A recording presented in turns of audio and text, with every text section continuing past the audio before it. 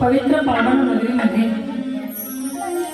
Postman colony, Pangri road, Beed या ठिकाणी गुप्तेश्वर भगवंताच्या या प्रांगणामध्ये सुंदर प्रकारची ही शिवपुराण कथा आणि या कथेचं आयोजन आपण सर्व कॉलनीवासियांनी केलेलं आहे। त्यामध्ये या कार्यक्रमासाठी तत्पर तयार असणारी सर्व टीम, आदरणीय अमोल भैया नक्से, त्याचप्रमाणे आमचे माने मामा आदरणीय लिगे सर, त्याचबरोबर ज्या कॉलनीचं सुंदर नेतृत्व करतात आदरणीय आमच्या गमेताई आहेत आणि सर्वांच्या सहकार्यानं हा सुंदर प्रकारचा शिव महापुराण कथा ज्ञानयज्ञ सोहळा या ठिकाणी चालू आहे। आज कथेचा द्वितीय दिवस। कथेला साथसंगत करणारे महाराष्ट्रातील नामांकित कलाकार मंडळी आपल्याकडे उपस्थित आहेत, उपलब्ध आहेत। आता जोरदार टाळ्या एकदा कलाकारांसाठी वाजवा।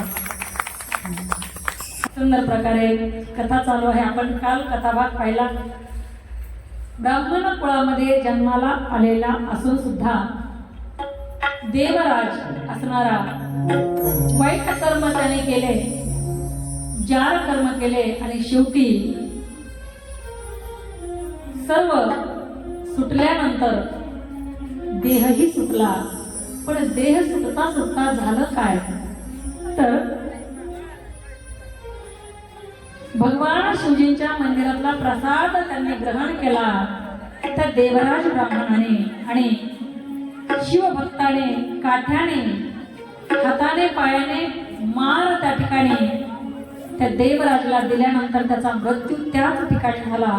पण कथा ऐकत ऐकत आणि शिवनाम घेत घेत मृत्यू झाल्यामुळं त्याचा उद्धार त्या ठिकाणी झालेली कथा आपण काल श्रवण केली। बघा पुढे शौनकादी ऋषी म्हणू लागले, त्या देवराजाचा उद्धार त्या ठिकाणी झाला। म्हटले हो, मग किती धन्य आहे ही कथा, ऐका। धन्य शिवपुराणस्य कथा परम पावनी, यस्या श्रवण मात्रेन पापीयन मुक्तिभान। अत्यंत पावन पवित्र ही कथा असलेली त्या देवराजाने ऐकली आणि त्याचा उद्धार त्या ठिकाणी झाला। पाप्याचा उद्धार या कथेच्या माध्यमातून होतो। आणि सूतजी महाराज सांगतात की ही शिवपुराण कथा पाप्यांचाच नाही तर पिशाची योनीमध्ये गेलेल्यांचा सुद्धा उद्धार करते। शौनकादी ऋषी विचारू लागले, मग याचं काही प्रमाण, याचा काही पुरावा तुमच्याकडे आहे का? सूतजी महाराज सांगतायत याचा पुरावा आहे म्हणते। ऐका पुरावा, काय पुरावा सांगतायत? समुद्र किनाऱ्यावर एक बाष्कल नावाचं गाव आहे। सूतजी महाराज सांगू लागले, समुद्र निकटे देश ग्रामो बाष्कल सत्य कहा, बसंती यत्र पाविष्टा वेद धर्म जिता जमहा। काय म्हटले?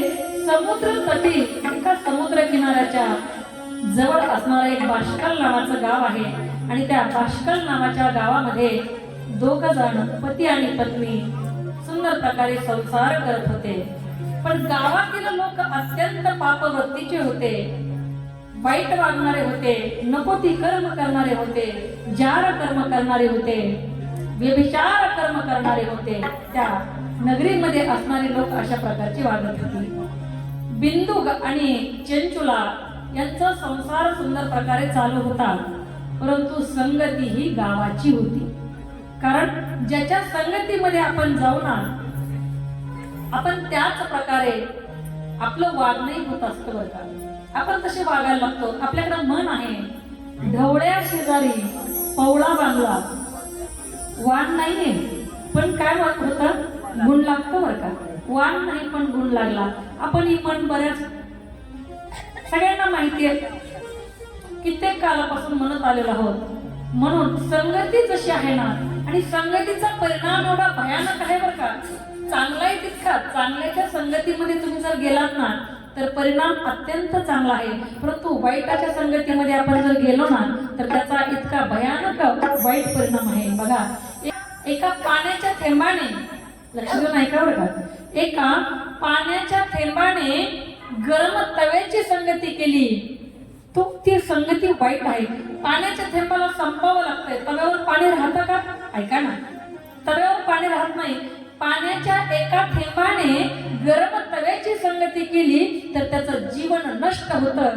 त्याच पाण्याच्या एका थेंबाने, बघा, जर समुद्रामधल्या शिंपल्यामध्ये, स्वाती नक्षत्रामध्ये समुद्रातल्या शिंपल्याची संगती केली तर तो पाण्याचा थेंब मोती बनतो. मोती, त्याची लाखो करोडो रुपयामध्ये किमती येतात त्या मोत्यांच्या, खऱ्या मोत्यांच्या. आता मोती कोटे किती निघाले त्याचा विषय नाही, मी खऱ्या मोत्याचा सांगते. बघा, आणि मी जे खरं आहे ना तेच माझा बोलण्याचा प्रयत्न असतो बरं का. माझं तेच खरं, माणसानं असं कधीच वागू नये. खरं ते माझं म्हणावं, पण माझं तेच खरं असं नाही. आणि मला असं वाटतं, कथा कीर्तनामधून फक्त हसायला भेटणं म्हणजे कथेचं त्या ठिकाणी सार्थक नाहीये बरं का. काही गावामध्ये, काही भागामध्ये, काही श्रोत्यांना फक्त महाराज म्हणजे हसवणारे लागतात, हसवणारे. नाचणं, गाणं, हसवणं म्हणजे कथा अजिबात नाही. कथेचा, कीर्तनाचा अर्थ काय आहे माहिती का? कीर्तनाची एक व्याख्या आहे, मी नेहमी सांगत असते, each and everything has a definition. प्रत्येक गोष्टीला एक विशिष्ट प्रकारची व्याख्या असते. कीर्तन कशाला म्हणायचं? ऐका ना, कीर्तन चांग, कीर्तन चांग होय अंग हरिरूप. हरिरूप जिथं बनता येतं ना ते ठिकाण म्हणजे कथा कीर्तनाचं ठिकाण.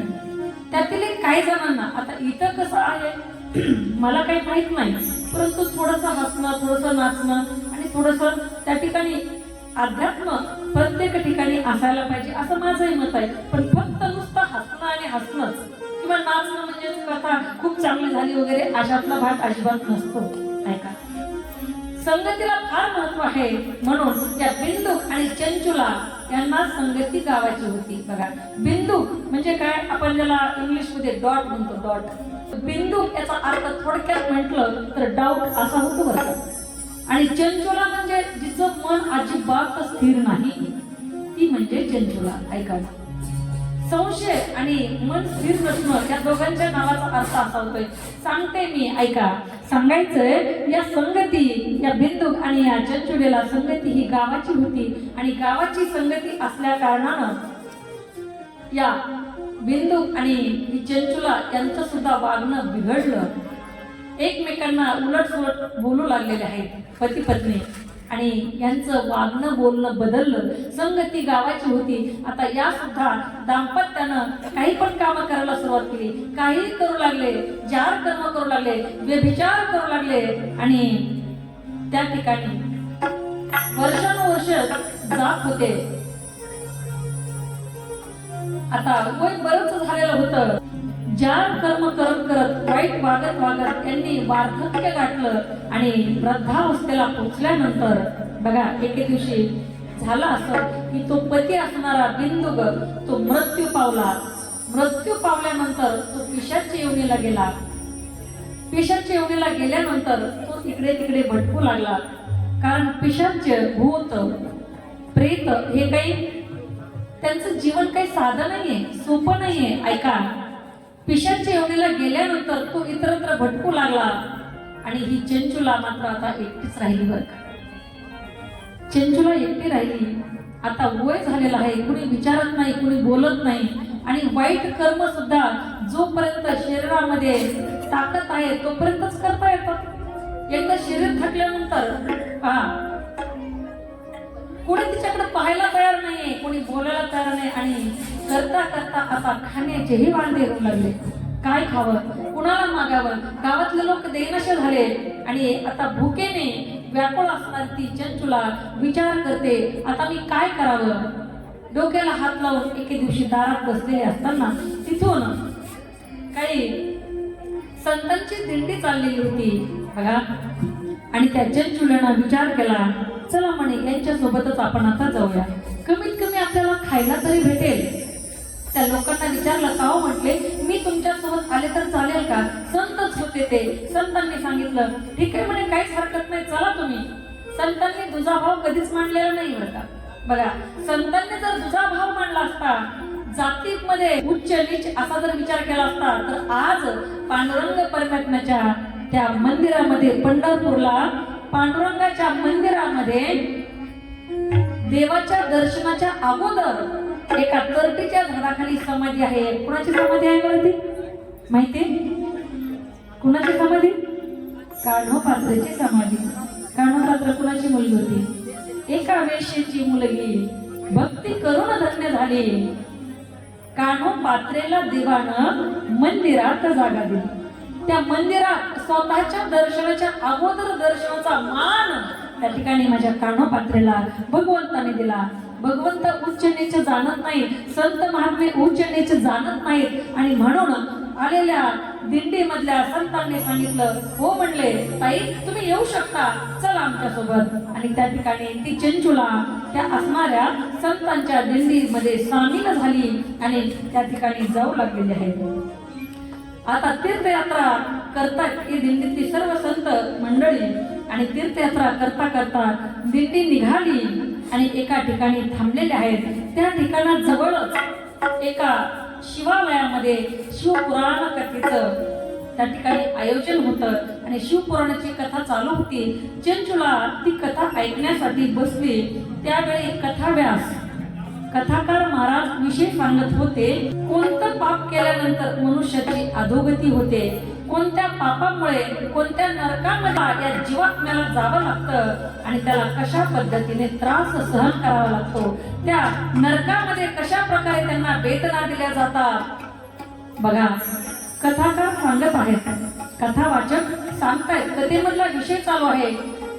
जी माणसं व्यभिचार करतात, परपुरुषासोबत गमन करणारे स्त्रिया, पर स्त्री सोबत गमन करणारे पुरुष, त्यांना कोणती सजा भेटते, कोणती यातना भेटते, त्याचं महाराज वर्णन करत होते. आणि परनारी परपुरुषाचे गमन केल्यानंतर मृत्यू झाल्यानंतर त्या जीवात्म्याला कालसूत्र नावाच्या नरकामध्ये त्या ठिकाणी नेलं जातं. आणि या नरकामध्ये ज्या स्त्रीने परपुरुष भोगलाय किंवा ज्या पुरुषाने परस्त्री भोगलीये, त्या ठिकाणी लोखंडाचे खांब उभे केले जातात, त्याला तापवलं जातं त्या लोखंडाला, आणि त्या लोखंडाच्या खांबाचे चटके परपुरुष आणि परस्त्री गमन करणाऱ्या त्या जीवात्म्याला भोगावे लागतात. ते चटके त्यांना दिले जातात.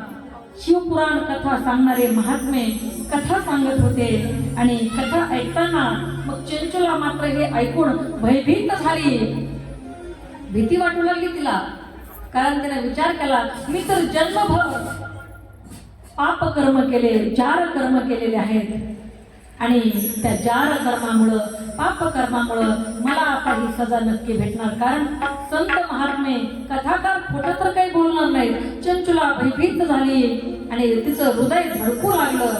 हृदयाची स्पंदनं जोरजोरात वाढू लागली आणि कथा संपल्यानंतर पळत पळत पळत कथाकार महाराजांच्या जवळ गेली आणि महाराजांचं दर्शन घेतलं. महाराज महाराज मला एक विचारायचंय. कथाकाराने सांगितलं ठीक आहे विचार ना ताई, काय विचारायचंय. तेव्हा थरथर कापत असणारी चंचुला त्या महाराजांचे पाय घट्ट धरलेत, घट्ट पकडलेत आणि म्हणू लागली, गळगळा रडू लागली आणि म्हणते, महाराज मला नरकाला जायचं नाहीये. तुम्ही जे सांगितलं ना, माझं वागणं, माझं जीवन वाईट वागण्यात गेलं, परंतु मला नरकात जायचं नाही. मला या वेदनेपासून तुम्हीच वाचवू शकता.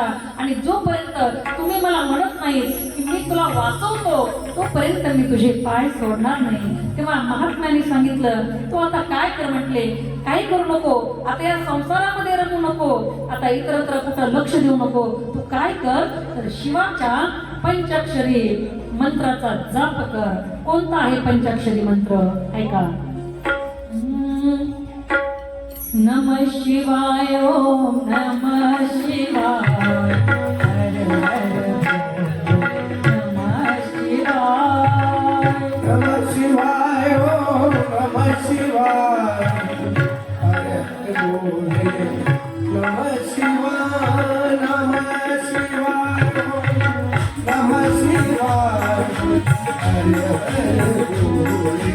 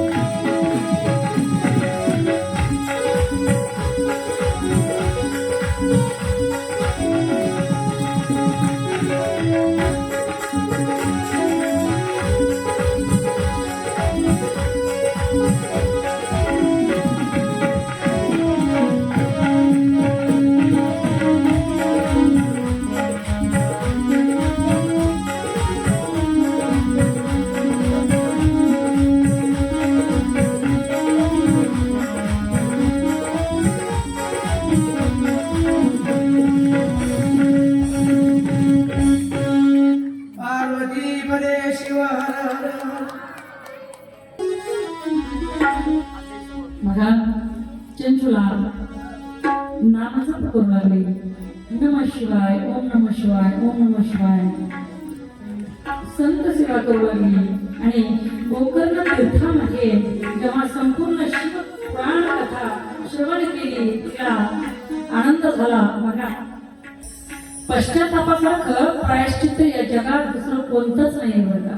पश्चाताप झाला आपल्या वागण्याचा, आपल्या जीवनाचा पश्चाताप झाला आणि चंचुलेनं आता हेच केलं, सत्संग केला, कथा श्रवण केली, नामस्मरण केलं आणि पश्चातापाच्या तीर्थामध्ये स्नान त्या चंचुलेला घडलं आणि मग ती भगवंताला सारखं म्हणायची, देवा मला माफ करा, मी चुकले, मी वाईट वागले आणि माझ्यावर दया करा. माझ्याकडून अनेक पाप कर्म झालं, मी कधी काही चांगलं काम केलं नाही. तुम्ही दयावान आहात, भक्तवांचल आहात आणि आपल्या भक्तावर दया करा.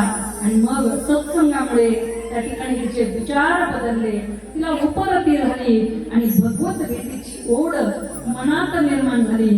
आणि आता कथाकार महात्मे सुद्धा म्हणाले, हे चंचुले तू धन्य आहेस, तू तुझ्या काही दिवसाच्या कर्माने तुझ्या पापावर मात केली आणि चंचुला तू खरंच धन्य आहेस. बघा चंचुले सारख्या पापिनीचा विचार करणाऱ्या ब्राह्मणीचा सुद्धा उद्धार होऊ शकतो. इथं माझ्या समोर आपण सर्वजण, आपण तर आपल्या घरात राहणारे, आपण आपल्या पतीच्या पतिव्रता स्त्री आहोत, आपला पण उद्धार का बरं होणार नाही. एवढं वाईट वागणाऱ्या असणाऱ्या चंचुलीचा उद्धार या कथेच्या माध्यमातून होतोय. चंचुलीची एकच इच्छा होती, आता चंचुला एकच इच्छा मनात आपल्या धारण करते. काय इच्छा आहे ती म्हणते, शिव शिव म्हणता जाऊ माझा प्राण.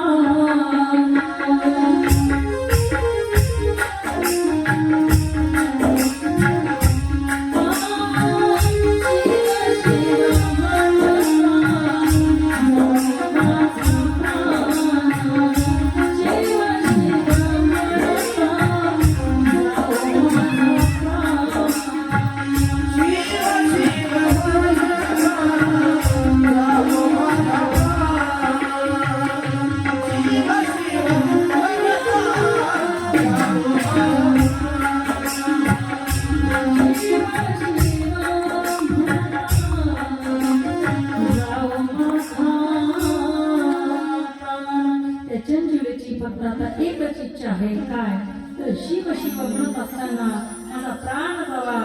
मरायच्या वेळेला तोंडात नाव तेव्हाच येतं जे आपण जन्मभर घेतलेलं असलं पाहिजे.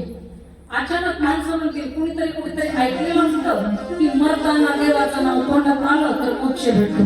आणि मरताना बोलताच येत नाही, हे का आपण विसरतो ऐकणार. मरताना वाचा बंद होते माणसाची. मरणाऱ्या माणसं त्यांना बोलता येत नाही, मग ते नुसते कपडे धरून बसवतात माणसं आपल्या जवळ.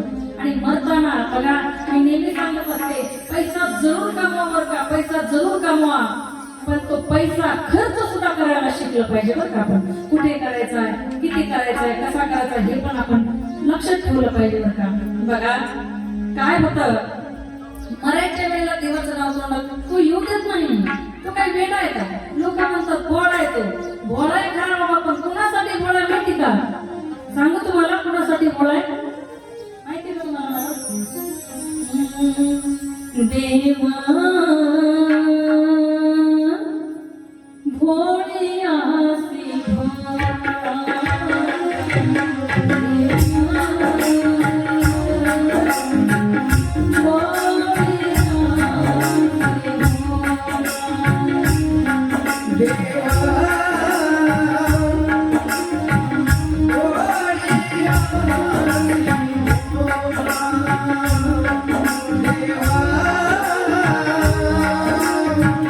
Oh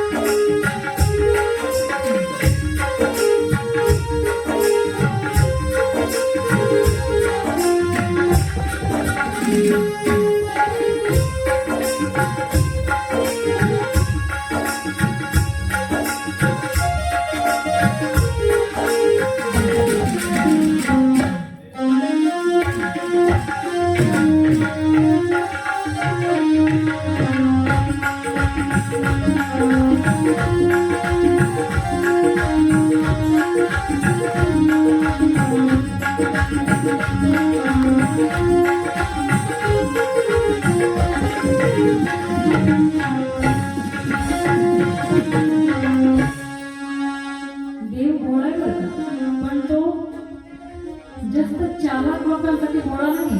देव भोळ्यांसाठी भोळा भोळ्यांसाठी भोळ्या लोक म्हणतात ना ते भोळ साधं भोळच माणूस एवढं पण त्याला देव प्रसन्न झालेला होतो. देव प्रसन्न पण प्रसन्न ज्याला होतो त्याने सांगायचं पण नसतं होतं. कारण ज्याला देव पाहिला तो सांगण्यासाठी राहतच नाही. देव पाहावायचे गेलो ते देवाची ओळख केलो सांगायला तर तोच देव होतो. सांगणार कसं?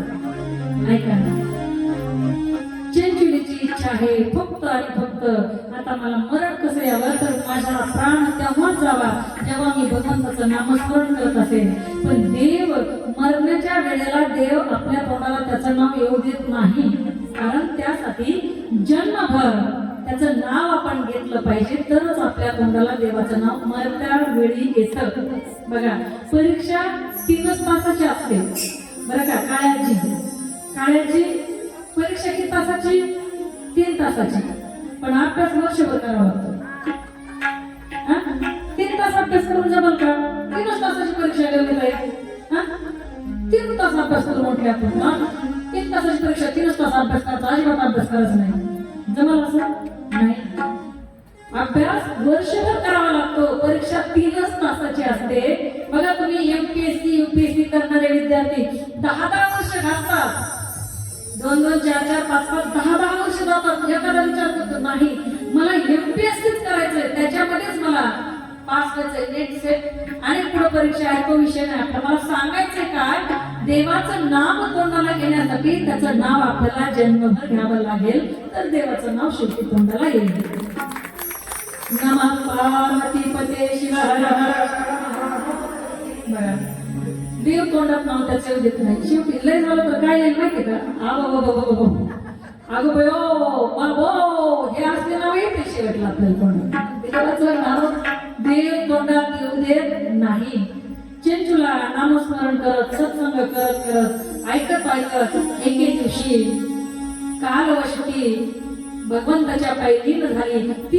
तिनं देह ठेवला. आता तिचा मृत्यू झाला आणि शिवलोकीवरून शिवाचे पार्षद शिवदूत त्या चंचुलेला घेण्यासाठी आले.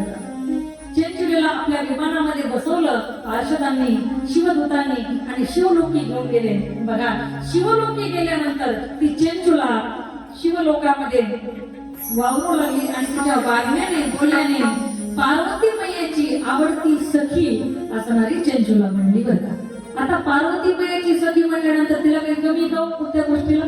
पार्वती मैयासोबत फिरणं बागडणं बसणं. पण पार्वती मैयासोबत एके दिवशी फिरत असताना महादेव पार्वती दोघे जण बसलेले असताना तिला तिच्या मागच्या जन्माची आठवण झाली, स्मरण झालं आणि तिने विचार केला मी तर शेवटी का होईना मी तर भगवंताचं नामस्मरण करून या असणाऱ्या शिवलोकाला प्राप्त झाले. परंतु माझा पती ज्या कर्म करत वाईट कर्म करत त्या ठिकाणी त्याचा देह सुटला, त्याचा मृत्यू झालेला आहे. माझा पती आता कुठे असेल ती आठवू लागली तिचा मागचा जन्म आणि उदास बसलेली असताना त्या ठिकाणी पार्वती मैया विचारते अगं चंचुले काय झालं तुला? उदास का झाली? तेव्हा तिने सांगितलं, पार्वती मैया सखी आहे आणि सखीप्रमाणे बोलतायत वागतात एकमेकीशी. आणि सांगितलं, पार्वती मैया मला माझ्या पूर्वजन्माची आठवण होते. माझा पती असणारा बिंदू, ज्याचं नाव तो मृत्यू पावल्यानंतर कुठे आहे? कारण त्यानं एकही कर्म चांगलं केलं नाही, एकही कर्म चांगलं केलं नाही, म्हणून नक्कीच तो पिशाच्य भूत प्रेताच्या योनीमध्ये गेलेला असेल. आणि तो कुठे आहे, कसा आहे, कोणत्या जन्मात गेला, त्याची अवस्था काय आहे, हे तुम्ही कृपा करून मला सांगा. पार्वती मैयानं तुंबरूला बोलवलं. तुंबरू हा शिवजींचा एक गण आहे. तुंबरूला बोलावलं आणि सांगितलं. पार्वती मैयानं आपले नेत्र बंद केले, विचार केला कुठे आहे याचा पती, पाहावं लागेल. पाहिलं आणि पाहिल्यानंतर त्या चंचुलेचा पती असणारा कुठे आहे म्हटले तर विंध्य पर्वतावर त्या ठिकाणी तो आहे. आणि पिशाची योगीला तो गेलेला आहे. त्याच्या जाप कर्मामुळे, पापी कर्मामुळे, त्या पापामुळे तुंबरूला जवळ बोलावलं आणि सांगितलं की या चंचुलेचा पती असणारा विंध्य पर्वतावर आहे. पिशाची योगीला प्राप्त झालेला आहे. त्याचा उद्धार आपल्याला करायचा आहे आणि ते काम मी तुमच्यावर सोपवते. तुंबरूने त्या ठिकाणी निघण्याची तयारी केली. तुंबरू त्या असणाऱ्या विंध्य पर्वतावर आलेला आहे. त्याला सापडून त्याला कथा ऐकवण्याचा प्रयत्न तुंबरूने केला, पण पिशाच्च्या योनीमध्ये असणारा तो बिंदू खाली बसायला तयार नाहीये. बघा, कथा ऐकायला पिशाच्यांना आवडत नाही. जे पिशाच्य असतात त्यांना कथेला यायला आवडत नाही. पिशाच म्हणजे भूत. पिशाच्य योनीमधील माणसं, बघा मला काय म्हणायचं, पिशाच्य योनीमधील जे भूत प्रेत जे आहेत त्यांना कथा ऐकायला आवडत नाही. तसा हा असणारा बिंदू कथा ऐकायला बसत नाहीये.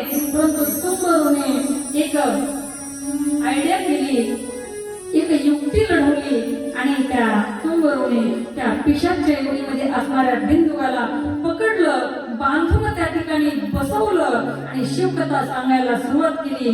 तुंबरूने बिंदुगाला शिवपुराणातील पहिली विद्येश्वर संहिता ते वायव्य संहिता या संहितेपर्यंत सुंदर आणि सुस्पष्टपणे कथा ऐकविली.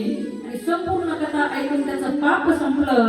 त्या बिंदुगाला दिव्य शरीर प्राप्त झालं आणि त्याला विमान नेण्यासाठी आलेला आहे. बघा, त्यात बसून बिंदुग नावाच्या त्या पिशाच्य योनीमध्ये असणाऱ्या बिंदुगाला त्या तुंबरूने भगवान शिवजींच्या विमानात बसवलं आणि ते विमान कैलास पर्वतावर त्या ठिकाणी आलेलं आहे. आता तो बिंदू महादेवाचा एक गण झालेला आहे, सेवक बनला.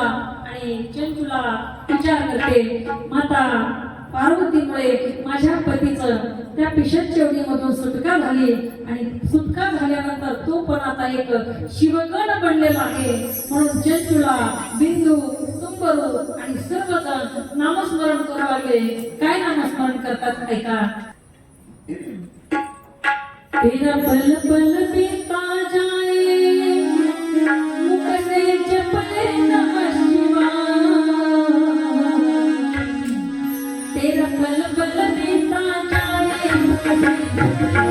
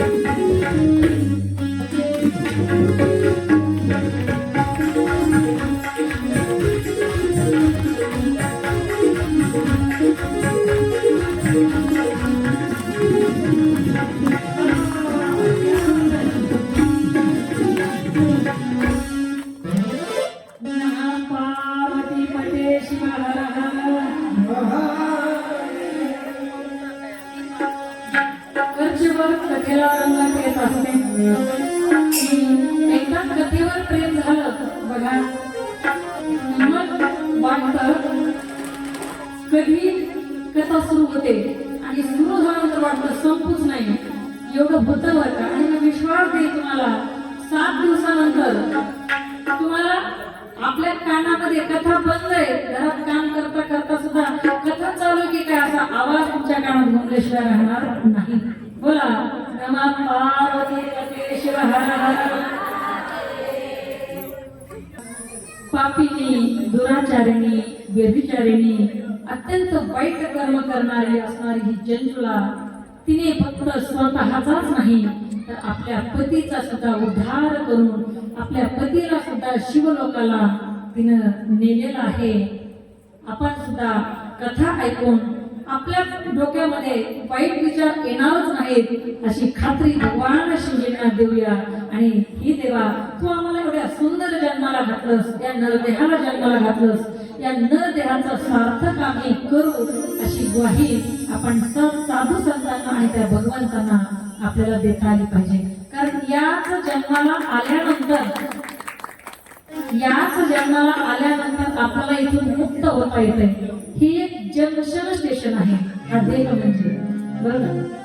हा देह एक जंक्शन स्टेशन म्हणजे काय माहिती ना आपल्याला, ज्या ठिकाणावरून अनेक ठिकाणी जाण्यासाठी खूप मोठ्या गाड्या असतात, 5-5, 10-10 मिनिटाला गाड्या असतात, त्या स्टेशनाला जंक्शन स्टेशन असं म्हटलं जातं. बघा, देह इथूनच ठरवता येतं कुठे जायचंय.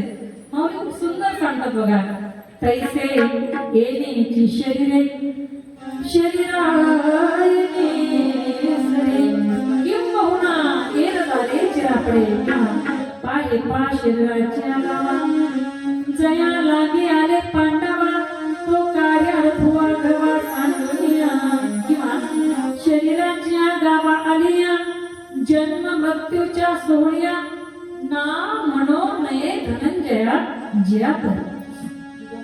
या शरीररूपी गावाला आपण आलोत ना, याचा स्वार्थ काय माहिती का? नरदेहीचा हाचे स्वार्थ साधा वया चौथा पुरुषार्थ धर्म अर्थ काम आणि मोक्ष ही 4 पुरुषार्थ शास्त्राने सांगितले. त्यापैकी मोक्ष हा पुरुषार्थ आपल्याला या देहाच्या माध्यमातून साधा वयाचा आहे आणि म्हणून आपल्याला हा नरदेह प्राप्त झाला. देवे दिला देह भोजन कोमटा, बरोबर आहे ना? बरोबर हो म्हणतात. देवे दिला देह कशासाठी? भगवंतासाठी. भजन असं ना, मग मी भोजन चुकलेलं सांगायचं, मला चुकत माझं कधी कधी, हा चुकलेलं मला सांगायचं. देवे दिला देह भजना कोमटा, पण तो हा झाला फाटा बाधिकेचा. बाधा पडते, मी आमका, मी तमका, मी म्हणजे मोठा, मी म्हणजे माझी एवढी पगार, मी म्हणजे साहेब, मी कसा झोपत गेला, कसं बसून तो खाली चटईवर, नाही का माणसांना वाटतं. आपण किती मोठे, आपल्याला बनवणारा किती मोठा असेल बघा. ऐका, एखाद्याला वाटतं मी फार सुंदर आहे बघा, मी फार सुंदर आहे, माझ्या इतकं सुंदर कोणीच नाही. मी नाही म्हणत बरं का, जे म्हणतात ते हाजी. ऐका ना, मला असं वाटतं त्या माणसाला तो गर्व करतो, मी एवढा सुंदर, मी एवढा सुंदर, त्याला इतकं सुंदर बनवलंय, याला बनवणारा किती सुंदर असेल हो, किती सुंदर असेल. नाम तुम्हारा तारनहारा,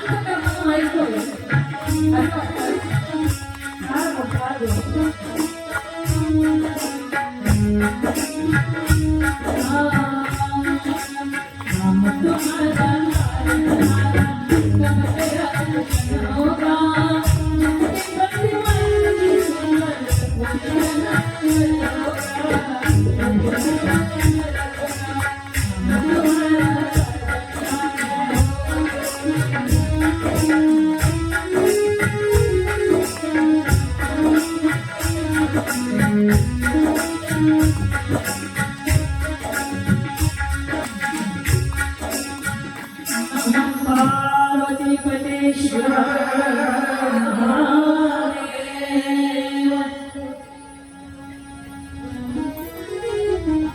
जिजाऊ सृष्टीमधून आलेल्या आमच्या मैया नाव लक्षात येईल माझ्या आमच्या गोडके मैया खूप सुंदर. माझ्याकडे एक कथा होते आणि राधाकृष्ण कॉलनीमध्ये सुद्धा खूप सुंदर त्यांची कथेला फार गोड व्यक्तिमत्व आहे बरं का. मैया आहे माझी आणि या ठिकाणी आमच्या सावरे मैया सुद्धा त्या दिवशी आम्ही मिटिंग लावलं त्या दिवशी थोडी घट्ट मिठी मला त्यांनी मारली बरं का. आणि आमच्या काळ्याची सगळ्यांचे बॉस आहेत आमचे बरं का. कथाकार गायक वादक आपल्याकडे असतात सगळे गायक वादक सगळ्यांचा बॉस म्हणजे आमच्या आजी असतात. बरे चौकशी असते विचारपूस असते खूप सुंदर बरं का. माझ्यावर खूप प्रेम करतात बरं का. मला कधी कधी असं वाटतं बरं का बरं का गोडके मैया मला असं वाटतं की आपण या प्रेमाचे पात्र सुद्धा नाही बरं का. तुम्ही प्रेम का करताय आमच्यावर आमच्यासारख्या कलाकारावर फक्त आमच्या मुखामध्ये भगवंताचं नाव आहे म्हणून तुम्ही आमच्यावर प्रेम करताय. आमच्या कपाळावर ज्ञानोबा तुकोबारांचा ठसा उमटलेला आहे म्हणून तुम्ही आमच्यावर प्रेम करताय. आमच्याकडे असं काहीच नाहीये की तुम्ही आमच्यावर प्रेम करावं. आम्ही तुमच्यासाठी कधी काही घेऊन येत नाही उलट घेऊन जाणार. पण एवढं प्रेम माझ्यावर हा सर्व समाज सर्व माझ्या माता वर्ग पितृवर्ग माझे बंधू वर्ग सुंदर जिकडे जिकडे जावा ना तिकडे तिकडं एवढं प्रेम सर्व लोक लुटवतात बरं का. खरंच वाटतं की त्या भगवंताने आपल्यामध्ये कुठले विशेष गुण नाही दिले फक्त त्याचं नामस्मरण या मुखात दिले ना म्हणून त्या भगवंताचे भक्त आपल्याला एवढं प्रेम करतात बरं का. बोला नमः पार्वती पते शिव.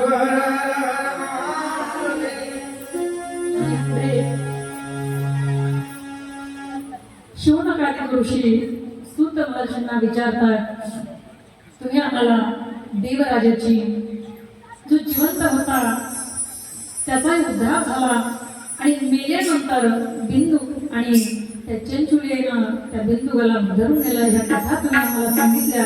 पण आता म्हणते काय तर या कथेचा श्रवण विधी आम्हाला कृपा करून सांगा. ही कथा कशी श्रवण करावी कारण श्रवणाचे सुद्धा नियम आहेत बरं का. कथा करण्याचे तर नियम आहेतच पण श्रवण करण्याचे सुद्धा नियम आहेत.